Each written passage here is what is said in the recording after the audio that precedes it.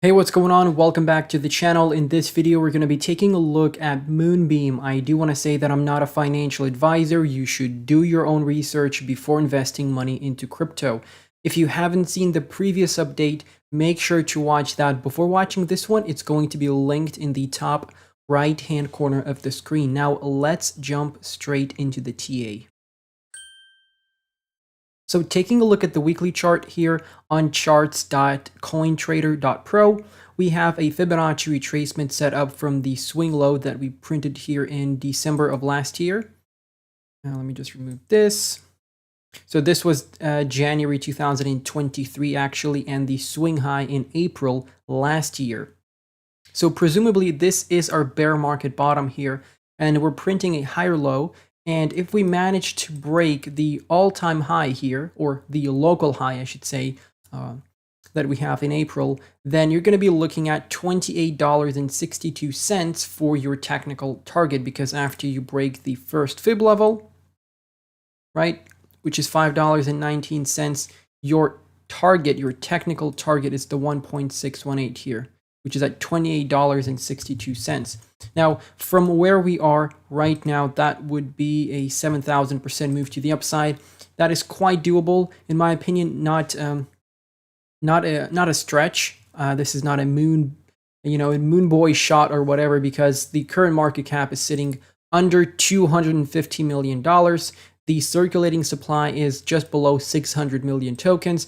I know we're getting a lot of tokens dumped into the circulation, but by the end of the bull market, I don't think we are going to have the entire supply out. So less than 1 billion coins in supply. I think that means that if we're sitting at $28, that's around $25 to $20 billion market cap, approximately. So I think that's doable in a bull market when everything is getting overextended and overbought. So this is what you can be targeting. You also can be targeting the 1.414 and the 1.272 just to stay conservative. Of course, we can have 3 major targets in the bull market: $28, 16.3, and $11. Those are going to be 3 major targets. Now, jumping into the daily chart real quick. As you can see, we have the same Fibonacci retracement over here set up from the swing high in April to the swing low in February last year. We retraced down to the 2.414 fib level, which was all the way down here. Let me quickly remove those price tags, which was all the way down here in January, and then we saw a nice move to the upside. We managed to back test one of the resistance blocks, one of the red resistance blocks, and then we came back down. We came back into this support block. We talked about this support block way before we got here, and I told you that anywhere between 36 and 34 cents, that's going to be a great buying opportunity. I managed to dollar cost average in here and build a nice position for Glmr, and I'm already sitting in profit. And what happened here is that we ran into the blue resistance block. As you can see, we broke into it, came back down, back tested it as support, and now we came back down once again. The 2.272 seems to hold us as support, which is great. 39 cents.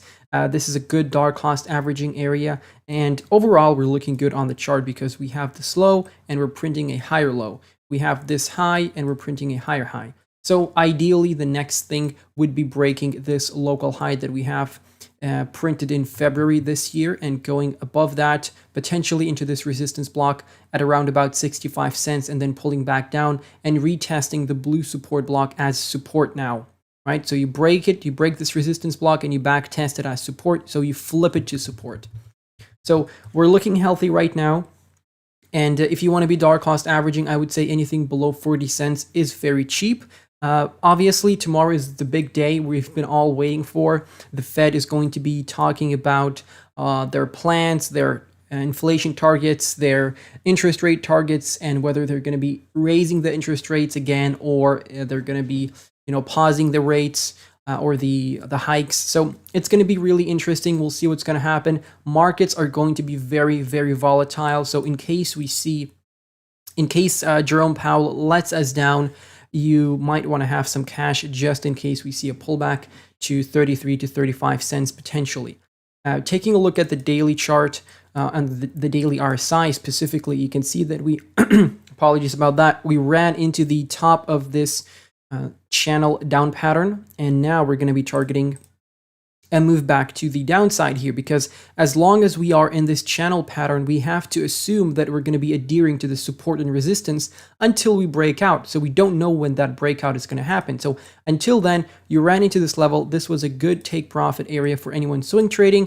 And now if you're looking for entries, this over here, the yellow support trend line or the bottom of the channel is a good entry. Below, you can see you also have a blue support block. Now, every time you entered this support block, you had to move to the upside since May of 2022. So that's why we're targeting this between 31.1 and 23.4 on the RSI. That's going to be a great entry. So yeah, like I said, in case we see a pullback tomorrow or in the coming weeks, just target that. And that's pretty much it for the daily chart. I quickly want to switch over to the 3-day chart.